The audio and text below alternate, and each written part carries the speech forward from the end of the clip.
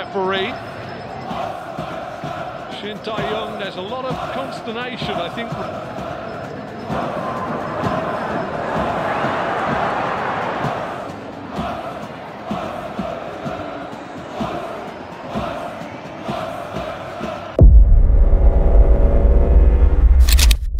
Kekecewaan yang amat mendalam baru saja dirasakan timnas Indonesia dan tentunya seluruh pendukungnya. Betapa tidak, di laga melawan Bahrain yang tinggal mengangkat tangan untuk rayakan kemenangan tiba-tiba dirampas oleh buruknya kinerja sang pengadil lapangan. Sebagaimana diketahui, timnas Indonesia harus gigit jari usai hanya menerima hasil imbang 2-2 atas tim tuan rumah Bahrain. Jika dilihat sekilas, hasil ini memang tak buruk-buruk amat. Akan tetapi, apabila kita memperhatikan jalannya pertandingan, maka hasil ini jelas terasa seperti sebuah kekalahan telak. Dalam hal ini, wasit Ahmel Alkaf yang memimpin laga Bahrain melawan Indonesia memicu kontroversi. Dia membiarkan laga berjalan melewati injury time hingga Bahrain mencetak gol penyama kedudukan. Seharusnya, wasit sudah meniup peluit panjang pada menit ke-90+6. Sebagaimana durasi injury time yang diberikan. Namun yang terjadi, pertandingan malah masih terus dilangsungkan sampai setidaknya Bahrain berhasil mencetak gol di menit ke-90+9. Tepat setelah itu, barulah wasit kontroversial ini meniup peluit panjang.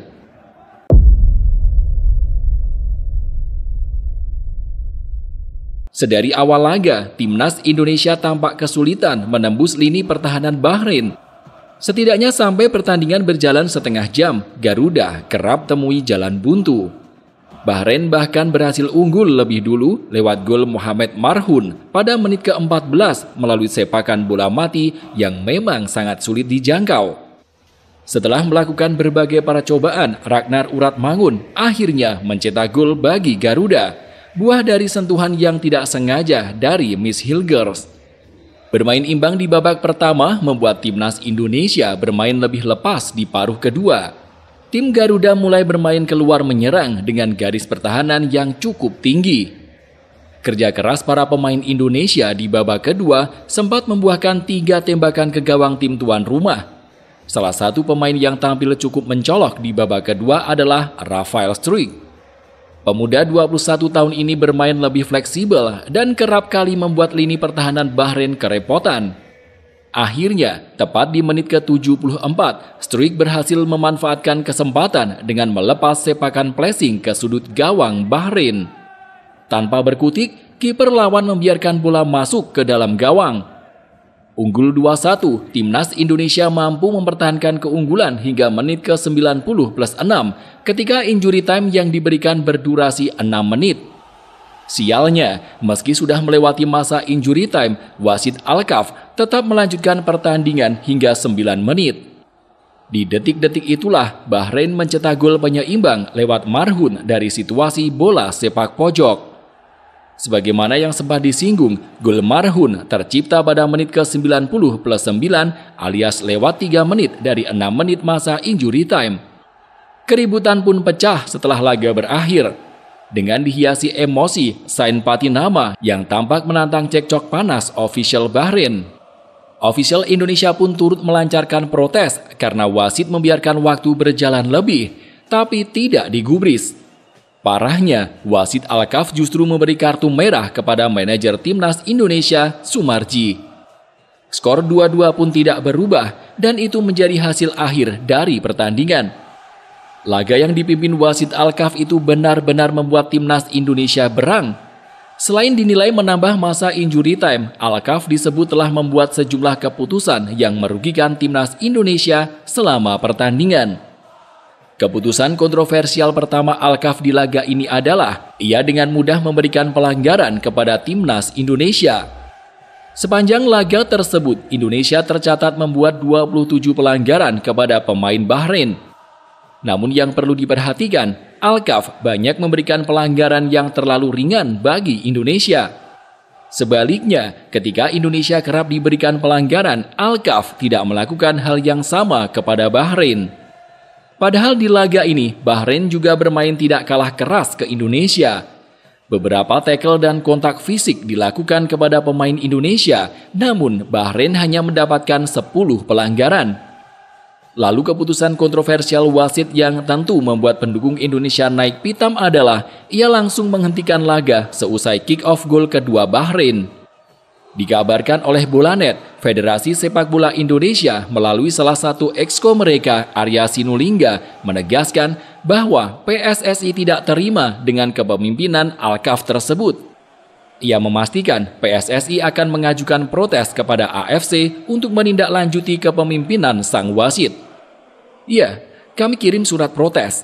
Kami sangat kecewa dengan kepemimpinan wasit. Seperti menambah waktu sampai Bahrain menciptakan gol.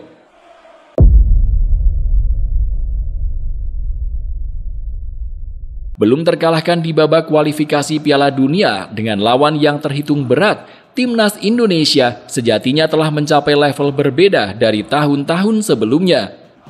Namun pada pertandingan melawan Bahrain itulah Timnas Indonesia harus mengambil banyak pelajaran. Dari faktor teknis, meski Jay Itzes dan kolega tampil solid, mereka harus lebih disiplin dalam meredam serangan dari bola mati. Jika kerapuhan itu tidak segera diperbaiki, maka akan sangat mungkin lawan berikutnya bakal mengincar situasi tersebut untuk meredam Timnas Indonesia. Kemudian dari faktor non-teknis, pertandingan melawan Bahrain seolah memberi ucapan selamat datang kepada Timnas Indonesia di level Asia. Harus diakui bila persiapan yang dilakukan Timnas Indonesia sudah cukup baik. Namun kita juga harus siap dengan faktor non-teknis seperti tekanan supporter tuan rumah dan tentunya hal yang sejatinya sulit diterima seperti kontroversi yang dilakukan oleh wasit.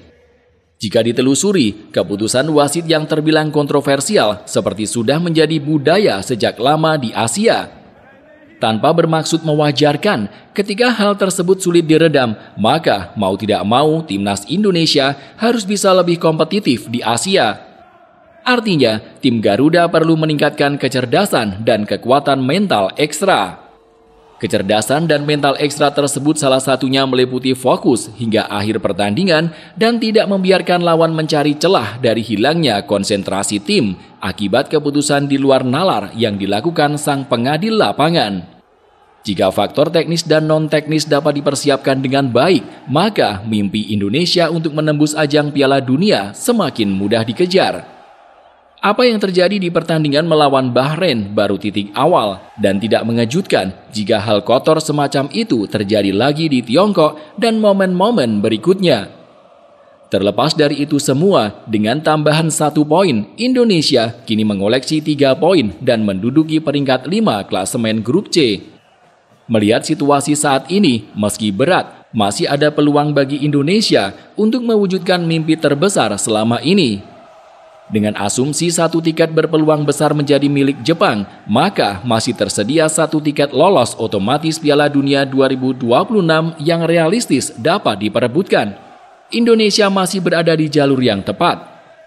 Hal ini disebabkan Indonesia berjarak hanya 1 poin dengan peringkat 2 hingga 4 klasemen grup C.